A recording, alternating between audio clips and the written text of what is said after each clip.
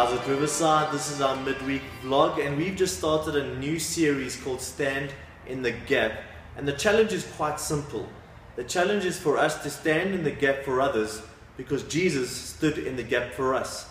And one of the ways this is described is in 2 Corinthians chapter 8 verse 9.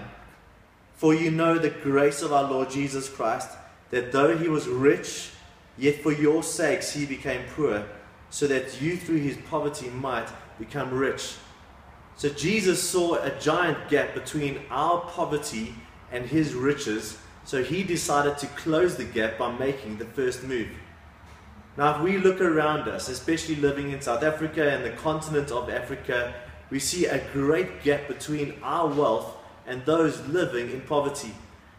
And if Jesus made the first move to close the gap for us, the challenge is for us to find out ways of making the first move to close the gap.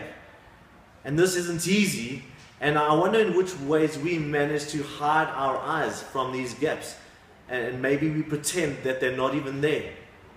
Some of us, when we think about it, we discover there's maybe some real fears behind why we don't engage those who are living in poverty. Maybe we don't know what to do, don't know what to say. Maybe we're a little bit ashamed of our own inactivity. But the only way we are going to develop the necessary courage and love to be able to make the first move to close the gap is in a gospel understanding itself. Understanding, not just in our heads but in our hearts, what Jesus has done for us.